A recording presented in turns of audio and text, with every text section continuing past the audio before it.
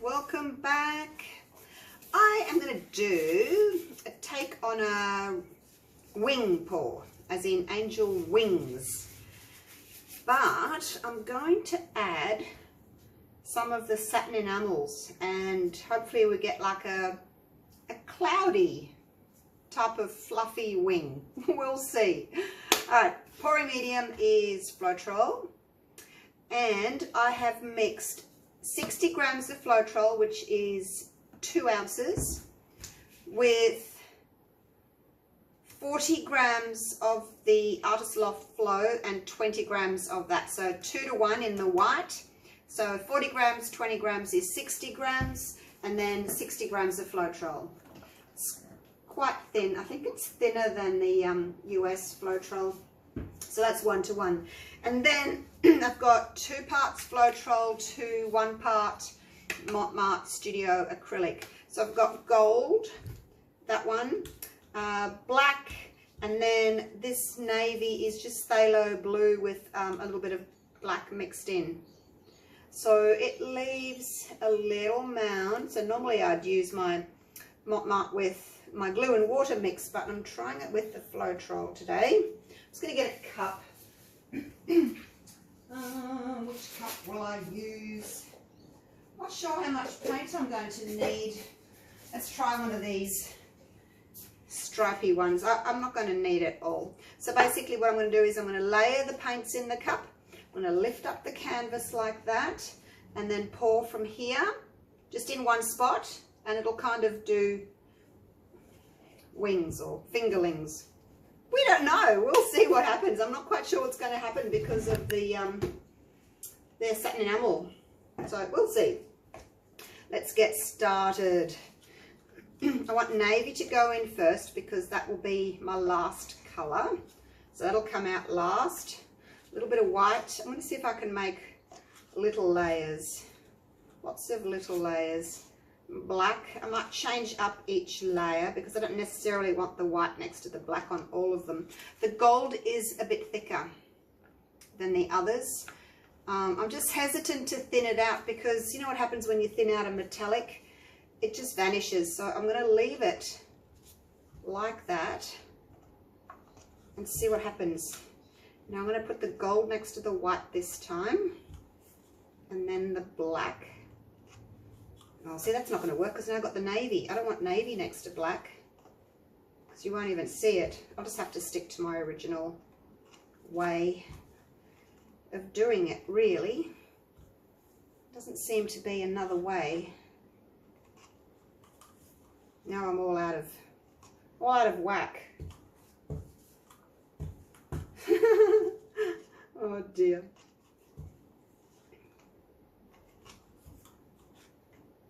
The black and the white are still next to each other. That's okay. I'm not sure. I might do 3/4 of this cup. And then if I need any paint left over for the edges, I can use it for that. Yeah, 30 by 40 centimeter canvas, which is 12 by 16 inch. Actually, I'm using most of it, really. I was a bit wary on, you know, too many layers, but I'd rather have a good effect of colour rather than just big blocks of colour. If I have my layers too big, I'm just going to finish that off with the navy. I won't use the rest. I have no idea if it's going to work or not. It's just one of those experimental things that I popped up into my head and I thought, oh, I wonder if that will work. Well, it'll work, but whether or not it'll look any good, that's a different story. So pop that there. Now I find I get a totally different look if I pour this way as opposed to if I pour that way. This way is better. I don't like it when you pour it that way. I get a muddiness. So I'm going to go around here. Okay, are you ready? I'm just going to pour in one spot here and see what happens. Hopefully I'm going straight. There we go.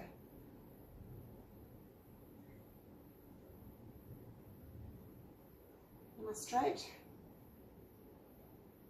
That's a big block of black coming out. What's going on there?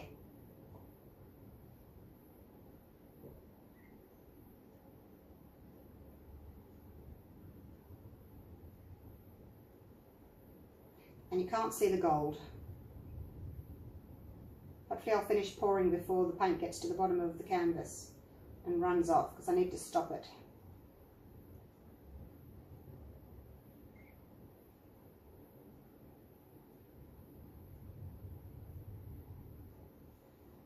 Stop! Oh, I've gone wonky there on the end. Come back. I've got a little bit left.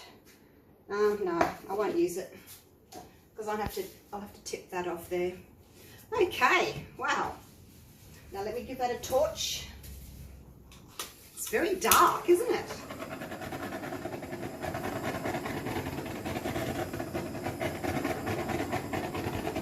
We'll see what kind of reaction we get, if anything, once I start tilting a little bit.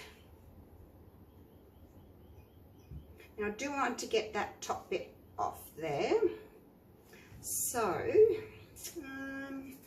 I'll just put a little bit of water in my black to thin it out, and then I can use that for my corners.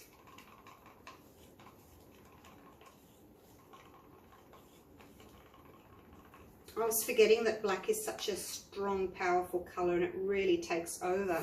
Probably should have made up half the amount of black. But as I said, I haven't done this before, so this is a little practice. And we'll see what I need to change for the next pour. So that's why it's a good idea to keep a track of what you do, you know, how much paint you have, like what you've used in each pour, so that you can change it up for the next pour if you're not happy with it. Because if you don't keep records, you're not going to know what you did, and so you won't know how to change it, to fix it.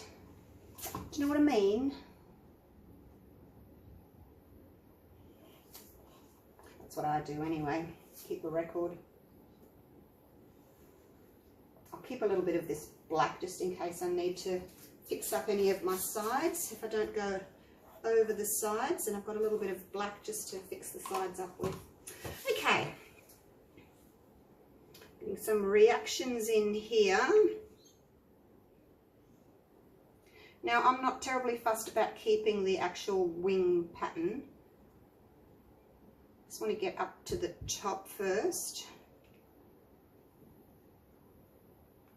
and get rid of those, you know, those blobby bits that I had there.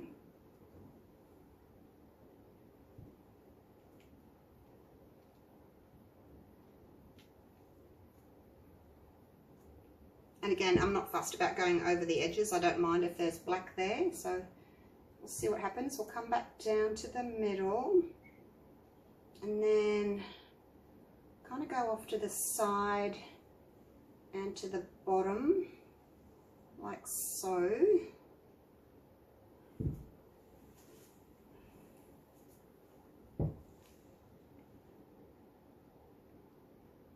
Come back. It's very dark. And doesn't seem to have a lot of reaction with the white, does it? Just going to wriggle this to get it over the edge and over the bottom corner there. Okay. The black's reacting strangely. It really is.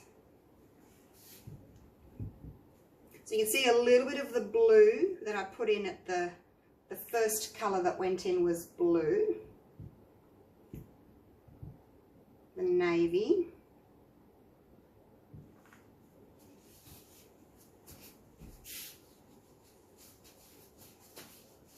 Just wipe my hands and then I can give it another torch.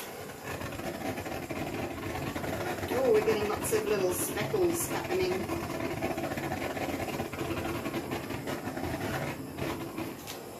Probably not a good idea to get speckles happening. Whoops, my torch fell over. Pick him up quickly because he's hot. Now I'm just going to put some black here on the edges. Well, that didn't come out anything like what I thought it would.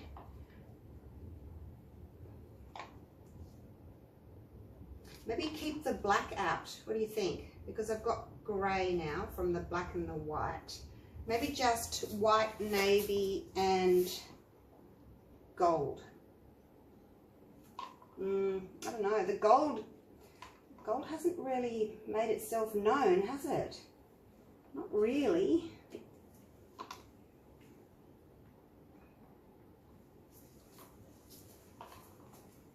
Just put a bit of black on this corner as well. I don't really know what to think of this one. I'll have to try and make my mix a little bit thicker.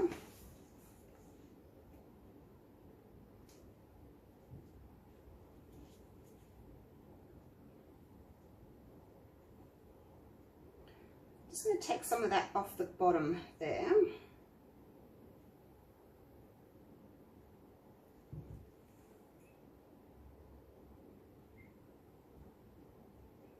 So we've got like a bluey top and a bluey bottom, but it's more of a greyish blue.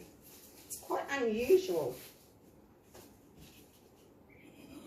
So yeah, try again. Trial and error, isn't it? Every time you do something new, you're not sure how it's going to work. You might like it, you might not like it. You might have to change it up next time round. But yeah, I haven't really got much in the way of cloudiness. Maybe I needed more white. So anyway, I'll bring you down for a close-up and I'll mix up some more paints and we'll go again and see what it's like without. I might leave the black, but maybe just only use a tiny little bit of black. It's like a black hole, isn't it?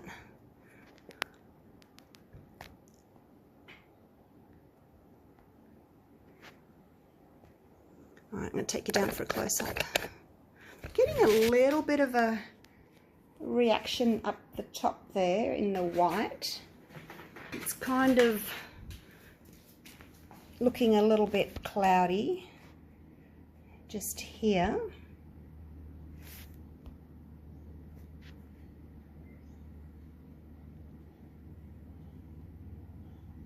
Got those little wispy bits going through there. Look at that. There's a little bit of gold. It's having trouble focusing. I have so much trouble with my camera and focusing. A little bit of gold through there, but it's not really showing up a lot. We've got this black reacting in here. I think the black's reacting more than the white today. And then some more little wispies here on the edges. They're quite pretty, aren't they?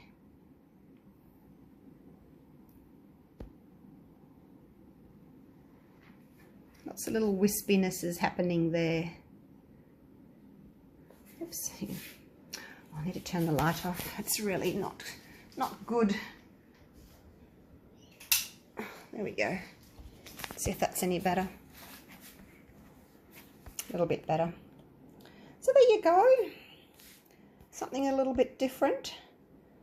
Jumping off point, I guess, to have a bit of a practice and a play around and see what else I can come up with the satin enamels. Alrighty, I shall leave it at that and go mix up some more paint. I'll see you soon. Thanks for watching. Bye for now.